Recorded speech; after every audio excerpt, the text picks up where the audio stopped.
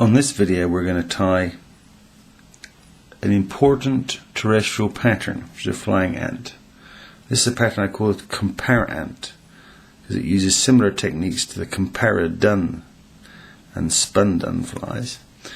We're going to start off by taking fine black tying thread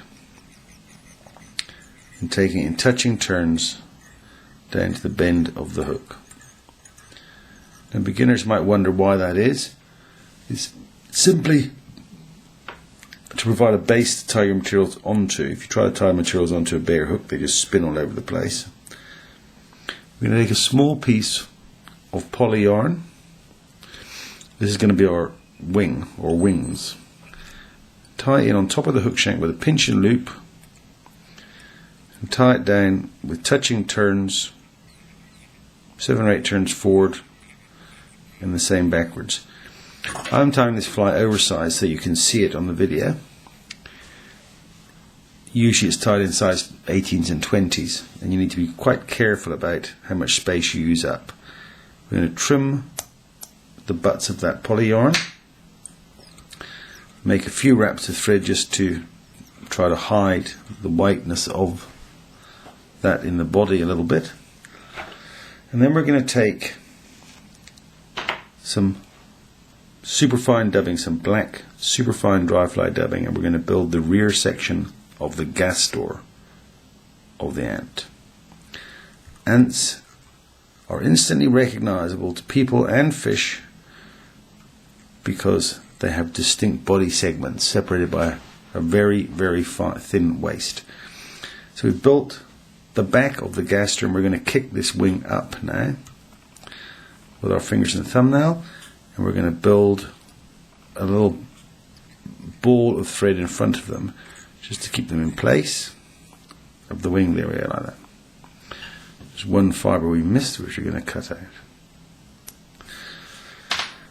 And then we're going to build the second part, the front part of the gastor, with some more superfine dubbing. And it's important here that you build the dubbing in a very nice tight ball back towards the butts, and you really jam those butts in there, because that's what makes them flare out, and we can pull them a bit with our fingers. And then we're going to take touching turns of thread forward towards the eye. In fact, you can take it right up to the eye, because we're not going to whip finish this fly at the eye like you normally do.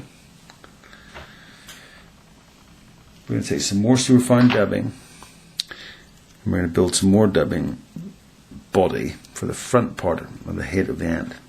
Now on tiny flies you start to get short of space, so rather than whip finish at the front, build the body, crisscross if you need to, working backwards so that the thread ends up in the middle of the hook. And we're going to whip finish in the middle of the hook this time.